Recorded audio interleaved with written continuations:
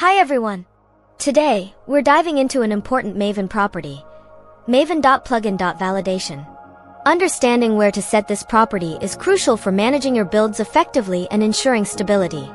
This setting controls how Maven validates the plugins you use in your projects. It checks if a plugin's version information is available in Maven Central's metadata.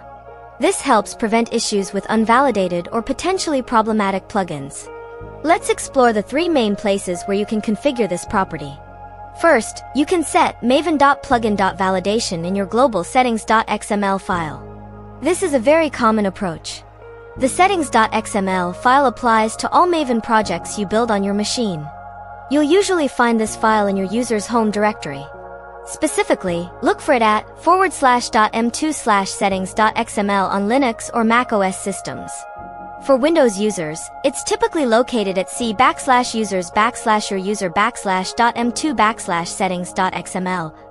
There's also a global settings.xml in your Maven installation directory, inside the conf folder, but the user-specific one is generally preferred for custom settings. When you set the property here, it ensures consistent behavior across all your projects. It's great for development teams to enforce a standard validation policy. To set it, you'll add a Properties section within the main Settings tag. Inside this Properties section, you would then add maven.plugin.validation false/maven.plugin.validation or maven.plugin.validation true/maven.plugin.validation. Setting it to false disables the validation, while true enables it. This global setting provides a baseline for all your Maven operations. Second, you can define maven.plugin.validation directly within your project's pom.xml file. This method makes the setting specific to that particular project. It's ideal when a project has unique requirements for plugin validation.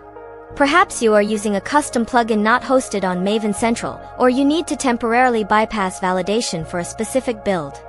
By including it in the pom.xml, the setting travels with your project. This means anyone checking out your project will automatically use the defined validation rule.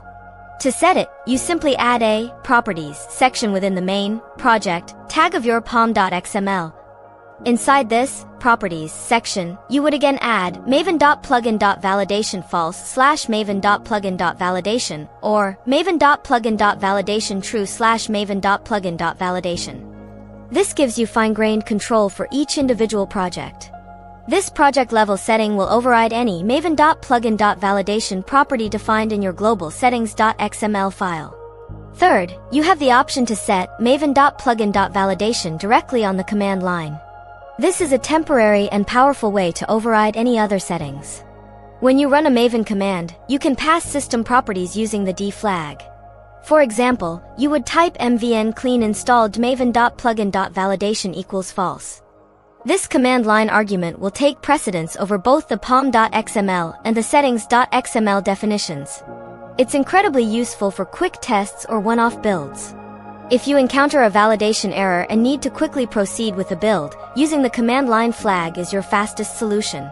However, remember that this setting is only active for that specific Maven execution. It does not persist for future builds unless you include it again.